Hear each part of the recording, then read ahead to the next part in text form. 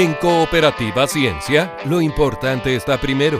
Salud mental al día. Un programa para hablar de los trastornos más comunes y sus contextos. Todo lo que nos afecta, todo lo que puede estar mejor. Salud mental al día, en Cooperativa Ciencia. Una invitación del MIDAP, Instituto Milenio para la Investigación en Depresión y Personalidad. ¿Qué tal? ¿Cómo están? Bienvenidos y bienvenidas a este programa aquí en Cooperativa Ciencia, Salud Mental al Día, un espacio que hacemos junto al MIDAP, que es el Instituto Milenio para la Investigación en Depresión y Personalidad, y que además es hoy el último de la serie de esta segunda temporada. Siempre es importante hablar de salud mental y acá tenemos la opción de hacerlo, de profundizar, de hacerlo con calma, con tranquilidad cada semana, sobre temas que nos afectan. Te recuerdo que todos los capítulos de la primera temporada están disponibles en nuestro canal de YouTube, igual que los de esta segunda temporada, por cierto. Hoy vamos a hablar de los desafíos en salud mental, tanto en lo inmediato y también hacia el futuro. ¿Por qué?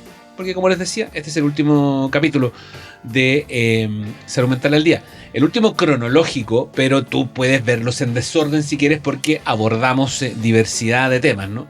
De la primera temporada y en esta segunda también. Mi nombre es Jorge Lira y te doy la bienvenida a Salud Mental al Día. Con todo lo que nos afecta y todo lo que puede estar mejor. Seguimos compartiendo Salud Mental al Día. Este espacio, Salud Mental al Día, existe porque un área del conocimiento en salud que está creciendo es precisamente el de la salud mental. Tanto en investigación y también como en preocupación por, el estado de las personas, de las cosas en materia de salud mental. Pero aún no es suficiente. Los datos para estudios en Chile son pocos, aunque se está trabajando en aquello. Mientras los casos aumentan y el tema está cada vez más en las mesas de trabajo y políticas públicas como prioridad. Por eso nos interesa conocer cuáles son los desafíos hoy, los inmediatos y los que vienen para la salud mental.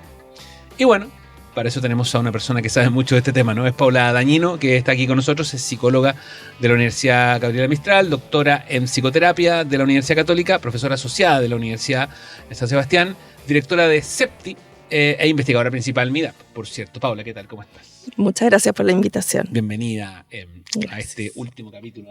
Sí.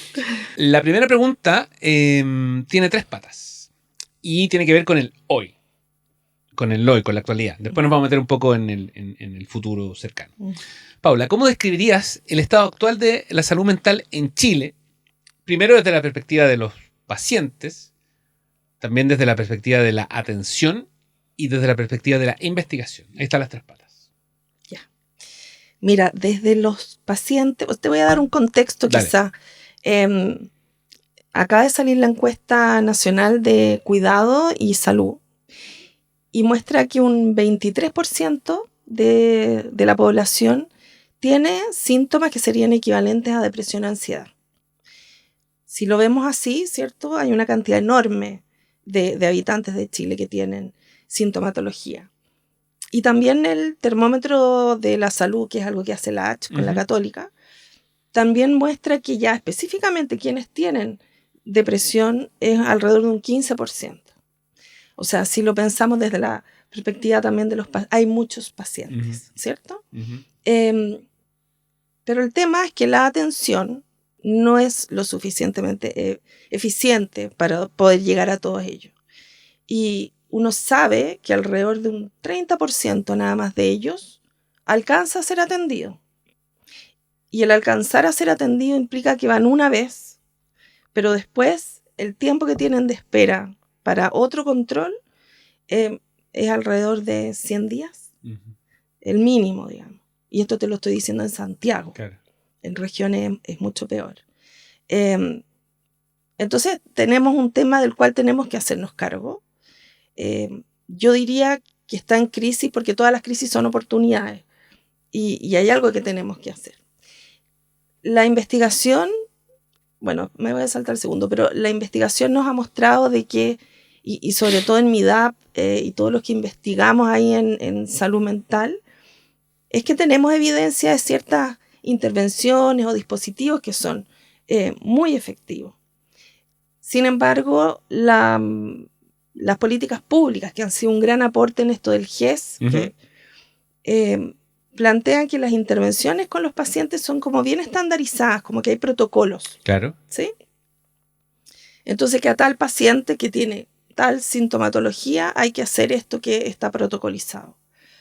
Y nosotros sabemos por la investigación que no es así, que todos los pacientes, aunque tengan un mismo diagnóstico, son distintos. Nosotros somos distintos, Claro. ¿cierto? Capítulo a capítulo se ve refrendado en estas conversaciones. Sí. Y nosotros sabemos que si uno hace una intervención que sea centrada en esa persona, es mucho más efectivo que hacer un protocolo que sea general. Entonces, la atención tiene que ajustarse. Para eso necesitamos investigar o necesitamos tener datos, porque ese es otro problema. Claro. Que no existen suficientes datos o existen datos de ingreso, de egreso, pero no sabemos si los que egresan, cómo se van, si se van bien o no se van bien. Entonces, por eso sí, es un dato que los datos de estudio en Chile son pocos, pero se está trabajando en ello, digamos. Cada vez hay más, digamos, investigaciones que van agregando estos datos a un universo, digamos, de datos importantes, porque en general en salud siempre se trabaja con datos como de otros países, ¿no? Sí. Y yo creo que si nosotros hubiéramos tenido, o sea, en realidad no hubiéramos tenido esta conversación hace 10 años. Claro. Porque, ¿cierto? No hubiera sido un tema, no sería prioridad. Y se ha ido avanzando. El GES fue uno de los grandes cambios, ¿cierto? Para poder considerarlo. No es suficiente, por supuesto, pero no podemos perder de vista de ese esfuerzo que se hizo. Ya, entonces tenemos muchos pacientes, atención poco eficiente y investigación avanzando. Eso en la actualidad, como para partir como para contextualizar la conversación. ¿Dónde están las mayores urgencias, según tú? ¿En la infancia, en los adolescentes, en las personas mayores, en las personas no tan mayores?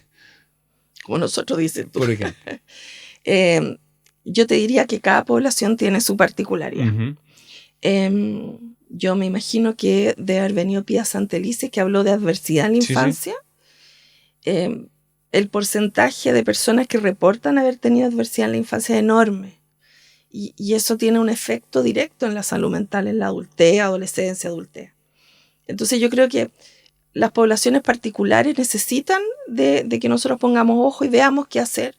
También distinto, los adultos mayores son los que tienen mayor número de suicidios, por ejemplo, junto con los jóvenes, la soledad. Entonces, yo creo que hay poblaciones a las cuales, de nuevo, así como hablábamos del diagnóstico, que no tiene que ser, también las poblaciones tienen necesidades especiales. Entonces, es muy difícil poder decirte que, ¿sí? La adolescencia, cada etapa de la vida tiene sus particularidades y nosotros tenemos que adaptarnos un poquito a ver cómo ayudamos a esas poblaciones.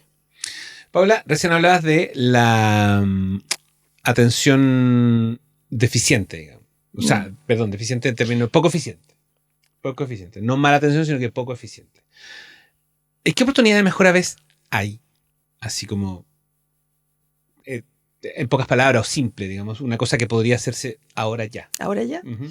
Mira, hay una investigación que estoy haciendo que nosotros sabemos que los recursos humanos en lo asistencial son muy pocos.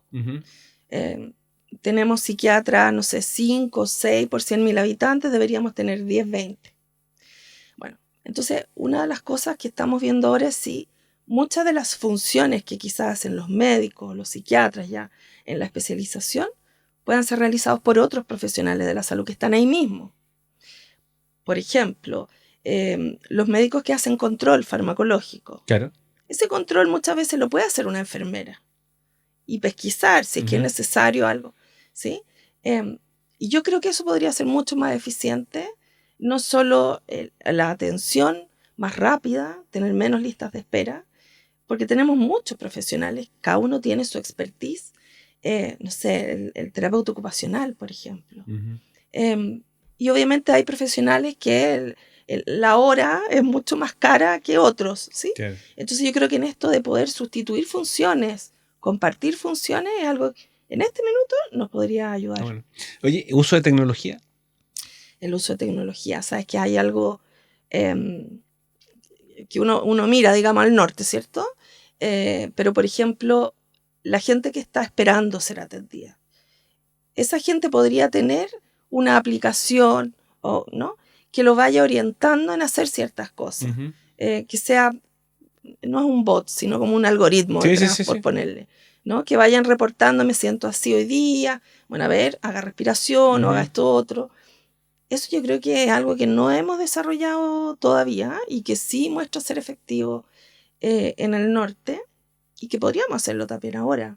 El norte, hemisferio norte. Perdón si Sí, yo que se siempre entiende. digo norte. Esto es Salud Mental al Día. Estamos con Paola Dañino. Ella es psicóloga de la Universidad Gabriela Mistral, es doctora en psicoterapia de la Universidad Católica, profesora asociada de la Universidad San Sebastián, directora de CEPTI e investigadora principal de MIDAP. Cuando hoy hablamos de los desafíos de la salud mental, hicimos un diagnóstico al comienzo en materia de pacientes, atención e investigación.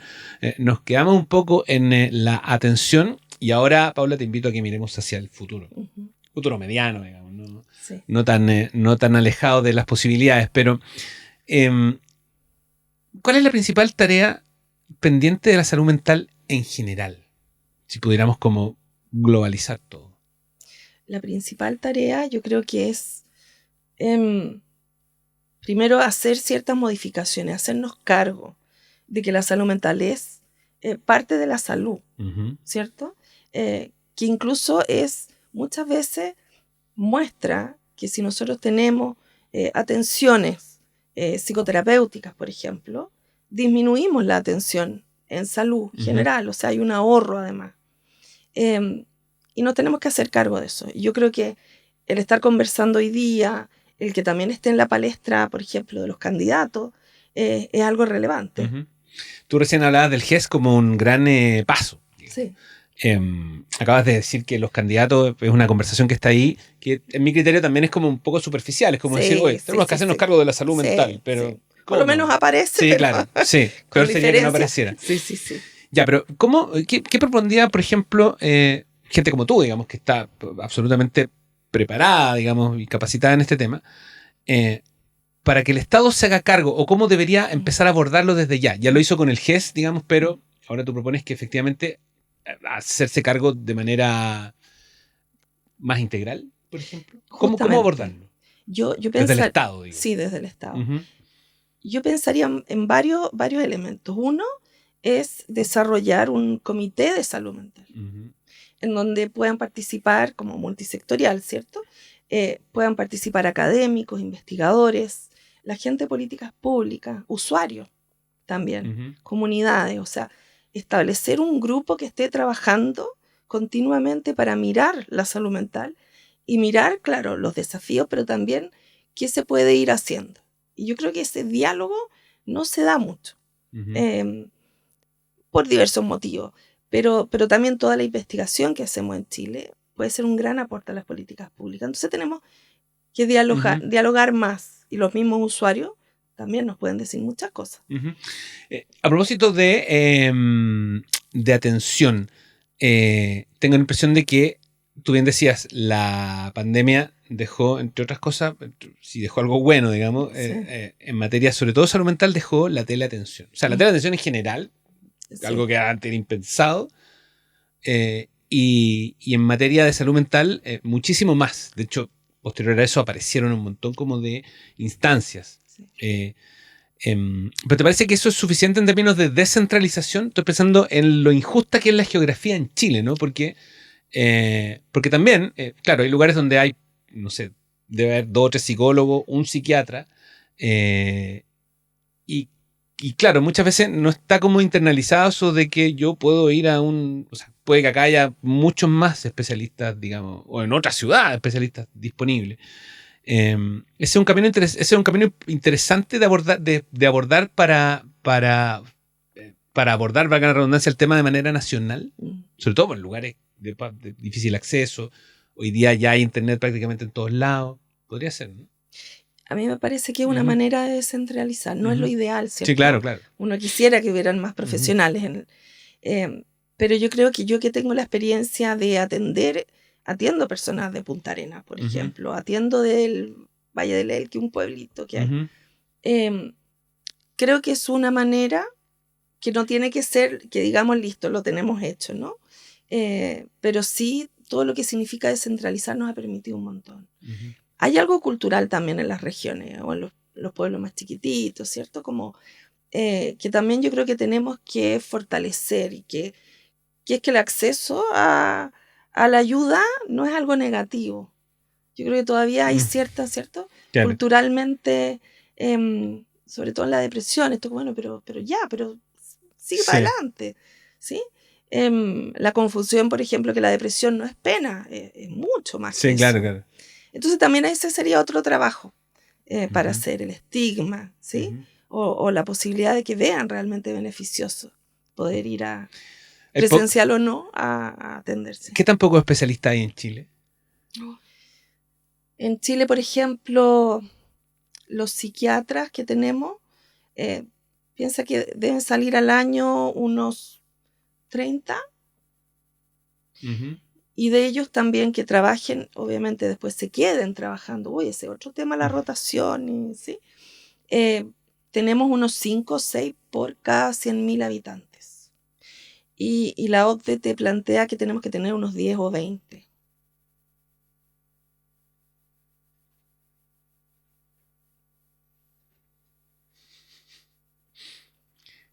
Quédate ahí. Yo espero que esto haya pasado antes y no sea yo la yeta de estas cosas. No.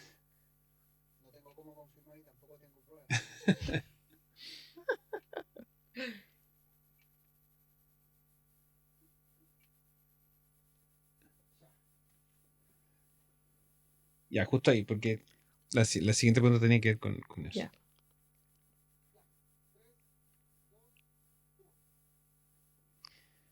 Ya, entonces hay pocos especialistas, o no hay suficientes.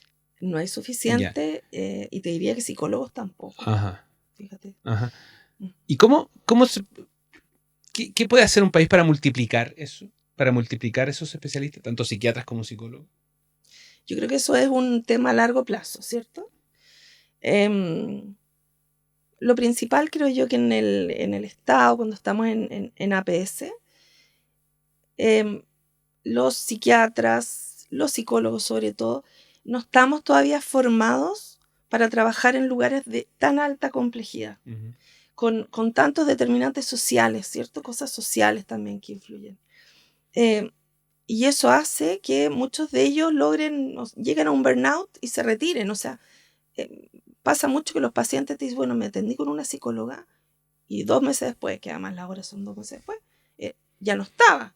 Y era otra psicóloga. Y tú te contar la historia de nuevo. De nuevo, Claro, en media sí. hora. ¿Me entiendes? Entonces, cuando sabemos que el vínculo es algo muy, muy importante. Entonces yo creo que por un lado tenemos que, no sé, capacitar, ¿sí? O de alguna manera lograr cierta especialización en los psicólogos particularmente, en terapeutas ocupacionales también, en enfermeras, pero lo tienen, del trabajo en este tipo de complejidad, Ujú. de pacientes que no hay muchas horas, tenemos media hora nada más para atender, Claro. etc. Y por otro lado, el sueldo que tienen, tanto los psiquiatras como los psicólogos, es muy inferior a lo que ellos ganarían en el ámbito privado. Ajá. Entonces no es muy llamativo. O sea, muchas de las personas que yo superviso, que están ahí donde las papas queman, están por vocación. Claro. Y están, no sé, con 70 pacientes al mes. Y yo no sé cómo se acuerdan de los nombres, por ejemplo, que es tan importante, ¿sí? Oye, ¿y no hay futuro en que, por ejemplo, el Estado, comillas, obligue a los profesionales de la salud a permanecer un periodo determinado, como entiendo se hace en otros países, digamos, permanecer Sí. un periodo determinado y después, comillas, liberarlo para que... Se hace, digamos, con los médicos. Con los médicos, claro. Sí, con los médicos se hace. Ujú. Con los psicólogos hay algo ahí difícil porque somos de las ciencias sociales, Claro. pero también tenemos registro sí. de prestador de salud. Sí. ¿Ah? Ahora, yo creo que eso es una visión país, una visión que también le compete a las universidades, Ujú. ¿sí? Como estamos todos un poco puestos en eso, en prepararlos para la realidad que significa. Ujú. Pero claro, como Estado es bien difícil que podamos Sí. las prácticas, tener más centros de salud, eso podría ser. Paola, por último, ¿cómo influye o cómo influiría o qué habría que cambiar o qué mirada tiene respecto, por ejemplo, de los otros factores que influyen? Me refiero al entorno, la ciudad, la forma de vida, Sí. la educación. ¿Cómo podría influir positivamente en una mejora en términos de las condiciones para, digamos, disminuir los casos o prevenir o pesquisar? Mira, desde lo más concreto, que son las áreas verdes, por ejemplo, Ujú. que es impactante cuando tú ves la diferencia, ¿cierto? Y casi yo creo que habrá una correlación. Ujú. La vivienda, también ahora que estamos con harto problema de vivienda, que significa el hacinamiento, significan un montón, ¿sí?, de cosas que el Estado puede Claro. hacerse cargo. Ujú. Eh, O sea, al menos, o sea, yo entiendo que el Ministerio, el Ministerio de Vivienda, en la construcción de nuevos barrios, está incluyendo esta mirada, digamos, ¿Cierto? Sí, sí. esta mirada en general que tiene que ver incluso desde la ubicación de los muros, qué sé yo, los centros de cuidado, los juegos. Colegios Sí, exactamente. cercanos, Ujú, ¿ah? Como, ujú. y eso tenemos que mantenerlo. Y lo otro es la comunidad. Ujú. La comunidad es muy, muy potente. No sé, las señoras del barrio, ¿sí? Los grupos vecinales. Y yo creo que eso es algo que también se puede potenciar, que uno puede ir, digamos, a fortalecerlos más. Todos los psicólogos comunitarios hacen justamente esa pega. Y ayudar también a todas esas madres, los padres que trabajan, llegan, en fin. Ahí hay mucho de que podemos hacer que no sé si el Estado lo plantea, pero no sé si ha logrado con tan pocos recursos hacerlo. Ujú. Pero sabemos que la soledad es una de las epidemias que viene. Entonces, tenemos que compensar eso, tenemos que tratar de no llegar a que sea epidemia. Oye, como último capítulo, Paula, te quiero pedir que haga un llamado a la gente que ve este capítulo, pero sobre todo fijándonos en lo que decía recién acerca del estigma, esto que todavía se sostiene en algunas zonas del país, en algunas áreas, en algunos mundos, acerca de el estigma de la terapia, Sí. que es algo que hace un tiempo atrás era una cosa absolutamente como que escondida, como que mejor que nadie sepa, y hoy día es mucho más abierto, pero sigue habiendo. Sí, Porque eso sí. puede ser también un primer paso también para muchas personas para abrirse y finalmente avanzar en términos de disminuir o qué sé yo. Sí, yo diría que primero hay que aceptar que a veces uno no puede. Y que no se puede, digamos, cuando uno ya se ve muy afectado en la vida cotidiana. Ese es un punto límite, Ujú. un punto límite en que uno necesita pedir ayuda. Los que han pedido ayuda y la han recibido se han dado cuenta de que es absolutamente útil, digamos, para el diario vivir. Y por otro lado, yo creo que uno podría decirles que no sean egoístas, porque cuando uno está con una enfermedad, que es una enfermedad, la depresión, la ansiedad, esquizofrenia, etc., uno afecta a la familia. Entonces, si uno lo mira para tratar de que sea Sí, una sí. cosa más paradójica, ¿no? Es egoísta no ir a pedir ayuda, ¿sí? Porque estás afectando todo el Claro. resto. Yo creo que para los que piensan, digamos, que uno tiene que salir adelante, que párate y sí, que tu vida no tiene nada tan terrible, hay que ser valiente y hay que ir. Y hay que ayudarse. Hay muchas instancias que no necesariamente implica ir a Ujú. atenderse. Hay fonoayuda, ¿sí? Hay un montón de cosas que uno puede encontrar que te permitan hacer ese primer paso. Salud Responde, por ejemplo. Salud. Paula Dañino es psicóloga de la Universidad Gabriela Mistral, doctora en psicoterapia de la Universidad Católica, profesora asociada en la Universidad San Sebastián, directora de CEPTI y investigadora principal de MIDAP. Y estuvo con nosotros en este último capítulo de Salud Mental al Día, esta segunda temporada, planteando todos estos desafíos hoy, actuales, y también hacia el futuro, digamos, en el mediano plazo. Podríamos estar hablando mucho rato más de los desafíos, pero queda claro que efectivamente la situación no es ideal, pero se avanza. Pero se avanza. Lo importante es generar conciencia. Sí. Y tenemos la voluntad de que avance. Exactamente. Sí, es un tema importante, interesante y vale la pena profundizar. Paula, muchas gracias. Gracias a ti. En Cooperativa Ciencia, lo importante sigue primero. Salud Mental al Día. Bien, nosotros se lo dejamos hasta aquí.